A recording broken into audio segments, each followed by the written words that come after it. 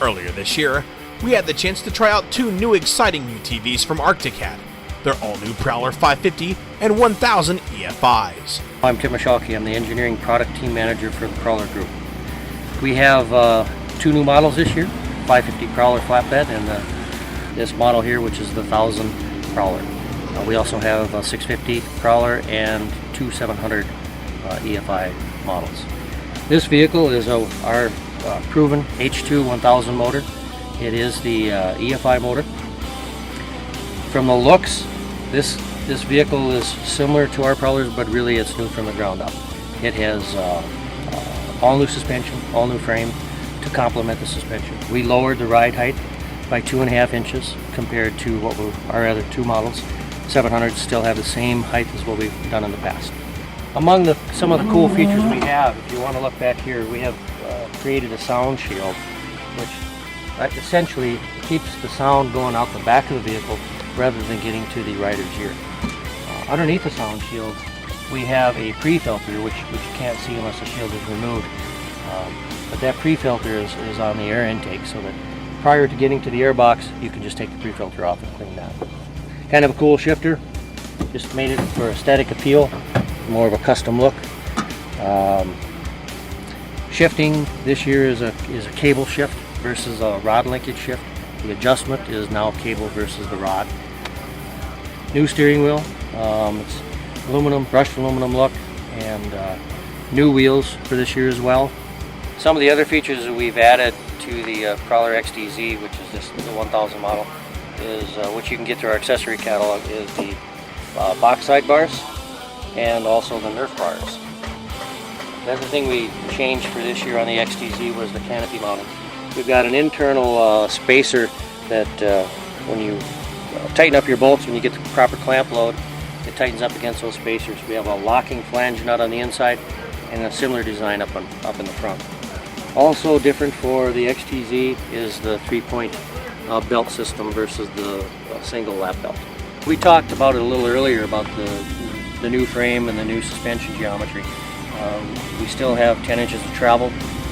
Again, we lowered the height of the ground clearance by 2.5 inches, and we changed to the monotube gas charged shocks. And what it is, it's a performance shock. It'll help you when you're cornering. That when you start to corner, the shock makes it stick.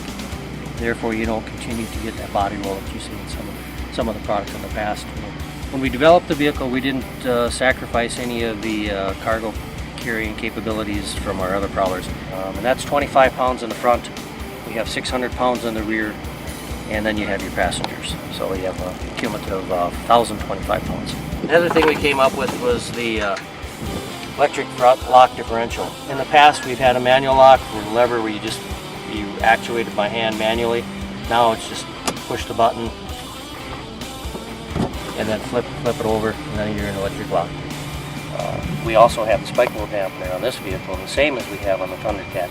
And really what the spike load dampener is to do is it's a wet clutch system that when a person gets airborne and then they don't get off the throttle, they stay on the throttle and they come down and you got all that wheel spin going and it hits the ground, that spike load dampener is set to go off, and it's to save your drivetrain. Well, let's talk next about the 550 Prowler EFI. A couple of key features this year we did on this vehicle was we lowered the ground clearance by 2.5 inches. Again, same as the Prowler XTZ. When I say same, I mean that we did lower it, but the suspension is not the same. We did give it ride in, but this has the same A-arm suspension that our other Prowlers have other than the XTZ. The other thing is the flatbed that we added this year. We put the flatbed as low as we could get it and still not sacrifice our suspension travel. We did that for ergonomics, for people wanting to load heavier products, pallets of stuff, or a deer, or whatever. Well, let's talk about both the wheelbase and the cargo capacity of the 550 EFI. It still has the same 60-inch wheelbase width as the other models, and the length of the wheelbase is the same at 75 inches. Again, we lowered it 2.5 inches. Cargo carrying capabilities, still the same with the passengers we have, and then in the rear it's got 600 pounds It's another feature that we probably overlooked, and a lot of people probably overlooked it. That is a 2-inch front receiver. For the guys that like to put in their boat and don't like to look backwards when they try to back a boat in, just plug your hitch into your front and drive your boat in rather than back it in. Pretty handy. That's something else we should point out with 550 EFI is we have the 2 to 4-wheel drive selector along with electric lock. Previous years we had manual lock, now we have electric lock. Upon our first visual inspection of the Prowler 550 EFI, the machine reminded us of a vehicle you'd see at the local fair collecting garbage cans or doing other mundane chores. After getting behind the wheel, we could imagine ourselves a couple of young workers at the fair arguing over who got to drive the Prowler. Like all of the other UTVs in this class, the Prowler 550 isn't a powerhouse.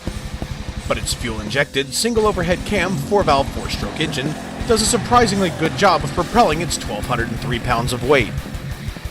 In low range, the Prowler will climb most any hill as long as there's ample traction available, but we'd recommend avoiding inclines that require you to carry extra momentum to clear the top.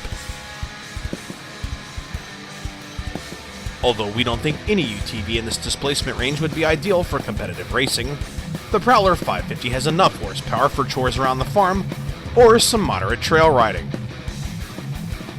Providing a smooth, plush ride over rocks and other small trail obstacles, Arctic did a good job of matching the Prowler's suspension to the output of its engine. With its 60-inch width and ride-in suspension, the Prowler 550's cornering manners were pretty predictable. However, we did notice a small amount of front-end body roll. The transmission's electronic braking system helps to keep the Prowler under control on long descents. For inclines too steep for engine braking alone, we were glad that the Prowler was outfitted with triple hydraulic disc brakes. At $94.99, although it is a bit pricey, the Prowler 550 offers fuel injection and a bit more displacement than most of the other UTVs in its class. This makes the Prowler 550 ideal for the person who wants the convenience of fuel injection without the price or extra horsepower of a larger displacement UTV. Whether you're in a hurry to get work done, or just in a hurry to have a good time, the Prowler XTZ 1000 H2 EFI may be the machine for you. Unlike most UTVs which feel a bit underpowered, the Prowler 1000 has power to spare. Its massive 951cc V-twin 4-stroke engine is fuel-injected and features single overhead cams and 4 valves per cylinder. Combine this much power with its stable 60-inch width, and the Prowler 1000 feels like a sports car racing through South Dakota's fast, windy trails. As the trail tightens up and speeds decrease, we notice that the Prowler 1000 takes a bit more steering effort than some of the other side-by-sides that we've tested. While we didn't find the Prowler difficult to control on the trail, the addition of power steering would definitely reduce fatigue and enhance the driver's level of control over the machine. While cornering, the Prowler's 60-inch width makes it respectably stable, a big plus when you're driving a nearly 1000cc UTV. Another way that Arctic equipped the Prowler to deal with all of its extra horsepower was by giving it a very impressive 10 inches of suspension travel at all 4 corners. Its gas-charged shocks do a good job of absorbing normal trail obstacles. Although this 20-foot leap pushed it to its limits, the stock suspension did a good job of absorbing most of the impact, a good showing for stock UTV shocks. Along with its engine braking system, the Prowler's triple hydraulic disc brakes could bring it skidding to a halt in a hurry. The Prowler 1000 has an identical retail price to the Polaris Ranger S at $13,999. The Polaris has 2 inches more suspension travel all around and weighs around 200 pounds less. However, with double the bed capacity at an impressive 600 pounds, the Prowler 1000 is the obvious choice for the UTV enthusiast looking to work and play. For more information on both the Prowler 550 and 1000, log on to arcticat.com.